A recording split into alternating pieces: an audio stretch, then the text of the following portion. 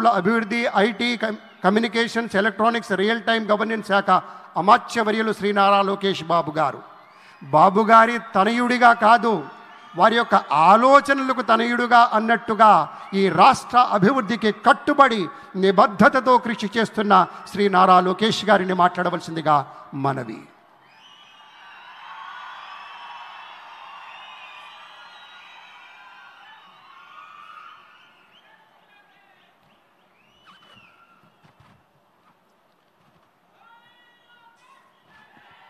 అమరావతి నమో నమః, అమరావతి నమో నమః, అమరావతి నమో నమః.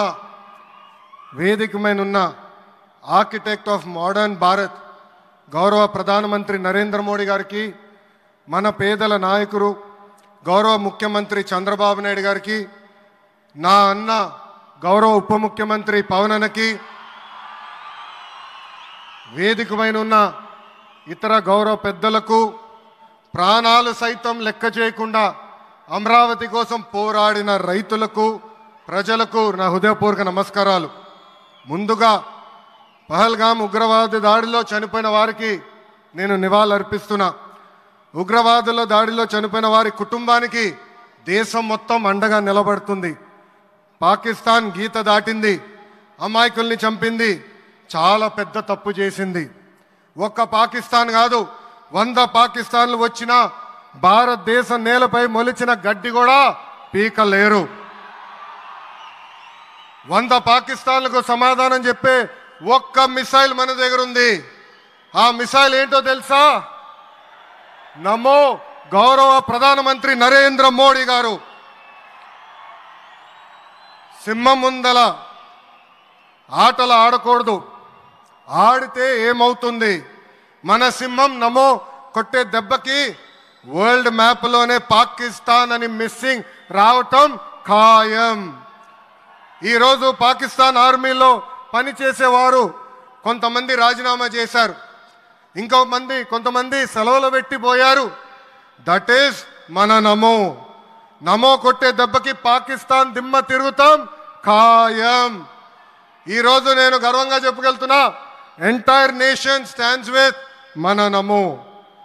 కేంద్రం ఈరోజు కులగణన చేయాలన్న నిర్ణయం తీసుకుంది. ఇది ఒక నిర్ణయం కాదు, ఇది ఒక సంచలనం. Wear others hesitated for decades, Namo acted, rewriting history with courage. True to his commitment to empower the marginalized and deprived, Namo's bold stroke will deliver social justice in its truest form. నమో గారికి ఆంధ్రప్రదేశ్ అన్న, అమరావతి అన్న ఎంతో ప్రేమ. ఇప్పుడు ఆయన ఢిల్లీలో ఎంత బిజీగా ఉన్నారో మనందరూ తెలుసు. ఆయన ఈ కార్యక్రమానికి వచ్చారు. 2024 ఎన్నికల్లో ప్రజలు ఎన్డీఏ ప్రభుత్వానికి 94 సీట్లు గెలిపించారు. అందుకే మన ప్రధాని నమో గారు ఆంధ్రప్రదేశ్ కోరిన అన్ని కోరికలు తీరుస్తున్నారు. మొన్నే విశాఖపట్నానికి వచ్చి railway zone, NTPC green project, Nakkapalli bulk drug పార్క్కి నిధులు కేటాయించారు. ఏకంగా విశాఖపట్నం ఉక్కు ఫ్యాక్టరీని కాపాడారు. ఇప్పుడు అమరావతికి వచ్చి నిధులే కాదు పనులు కూడా ప్రారంభించబోతున్నారు. మనం ఒకసారి గతం కూడా గుర్తు చేసుకోవాలి. 2014లో రాష్ట్ర విభజన జరిగింది. కట్టుబట్టలతో మెడబట్టి మన బయటికి గెంటేశారు. ఎక్కడి నుంచి పరిపాలించాలో తెలియని పరిస్థితి. కానీ మన సిబిఎన్ గారికి సంక్షోభాలు కొత్త కాదు. ఒక పక్కన సంక్షేమం, మరో పక్కన అభివృద్ధి చేసి చూపించారు. అందరి ఆమోదం తెలిపిన తర్వాతనే అమరావతి రాజధానిగా ప్రకటించారు. రైతులు చేసిన త్యాగం వల్ల ఈరోజు అమరావతి ఏర్పడింది. ఒకే రాజధాని, అభివృద్ధి వికేంద్రీకరణ అనే ఎజెండాతో మన ప్రభుత్వం ముందరికెళ్ళింది. రాయలసీమను ఎలక్ట్రానిక్స్, ఆటోమోటివ్, రెన్యూవబుల్ ఎనర్జీ హబ్గా తయారు చేశాం. గోదావరి జిల్లాలో ఆక్వాని పెద్ద ఎత్తున ప్రోత్సహించాం. ఉత్తరాంధ్రలో ఐటీ, ఫార్మా కంపెనీలు కూడా ఆనాడు మనం తీసుకొచ్చాం. కానీ 2019 నుంచి 24 వరకు విధ్వంస పాలన మనం చూసాం. మన సిబిఎన్ పై ఉన్న వ్యక్తిగత కక్షతో అమరావతిని చంపేయాలని చూశారు. ఒక్క ఇటుక కూడా పెట్టకుండా 3 రాజధానులంటూ 5 సంవత్సరాలు గడిపేశారు. 8 ఏళ్ల పిల్లోడి దగ్గర నుంచి 80 సంవత్సరాల వృద్ధుడి వరకు జై అమరావతి అంటూ జెండా పట్టుకుని రోడ్డు పైకి వచ్చి ధర్నాలు చేస్తాం, పోరాటాలు చేస్తాం, మనందరం చూసాం. జై అమరావతి అన్నందుకు రైతులకి సంఖ్యలు వేశారు. జై అమరావతి అన్నందుకు మహిళా రైతుల్ని పోలీస్ బూటులతో తన్నిచ్చారు. జై అమరావతి అన్నందుకు రైతుల్ని ఏకంగా పెయిడ్ ఆర్టిస్టులు అన్నారు.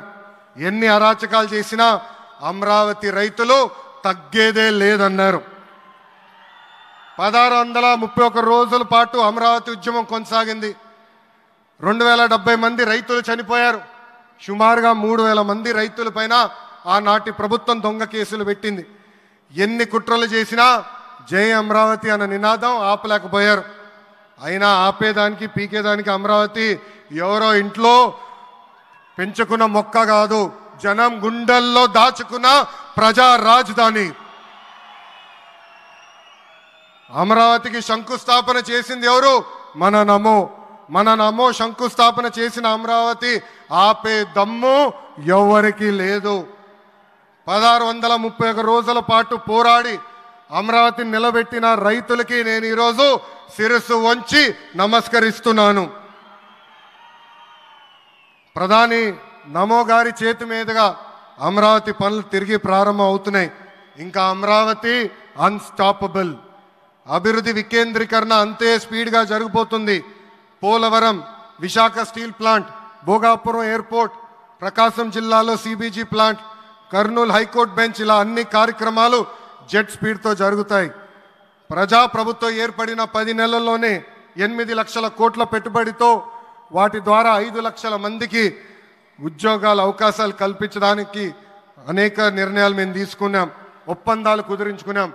అంతేకాదు 16,347 పోస్టులతో మెగా డిఎస్సి నోటిఫికేషన్ కూడా ఇచ్చాం. 5 ఏళ్ళలో ప్రైవేట్ రంగంలో 20 లక్షల ఉద్యోగాలు కల్పించాలని ఒకే ఒక లక్ష్యంతో ఈ ప్రజాప్రభుత్వం పనిచేస్తుంది. ఆంధ్రప్రదేశ్లో ఇప్పుడు డబుల్ ఇంజిన్ సర్కార్ ఉంది. 2 పవర్ఫుల్ ఇంజిన్లు. ఒక పక్కన మన నమో, మరో పక్కన మన సిబిఎన్ గారు. అభివృద్ధి సంక్షేమం అనేది జోడెద్దుల బండి. ఎన్ని ఇబ్బందులు ఉన్నా సంక్షేమ కార్యక్రమాలు అమలు చేస్తూ అభివృద్ధి పరుగులు పెట్టిస్తున్నారు మన సిబిఎన్, మన పవన్ అన్న. ఇంకా మనకి తిరిగే లేదు. ఇది తెలుపుకుంటూ గౌరవ ముఖ్యమంత్రి గారు ఎప్పుడూ మన పైన ప్రేమ చూపిస్తూనే ఉన్నారు. మన అడిగిన అన్ని కోరికలు తీర్చుకుంటూనే వస్తున్నారు. నాకు తెలిసినంత వరకు ఏ రాష్ట్రాన్ని కూడా గౌరవ ప్రధానమంత్రి గారు ఇన్నిసార్లు వెళ్ళింది లేదు. దానికి నేను హృదయపూర్వక ధన్యవాదాలు తెలుపుకుంటూ జై అమరావతి, జై అమరావతి, జై అమరావతి, జై ఆంధ్రప్రదేశ్, జై ఆంధ్రప్రదేశ్, జై ఆంధ్రప్రదేశ్. నరేంద్ర మోడీ గారి నాయకత్వం, నరేంద్ర మోడీ గారి నాయకత్వం, చంద్రబాబు నాయుడు గారి నాయకత్వం, పవన్ అన్న నాయకత్వం. జై హింద్.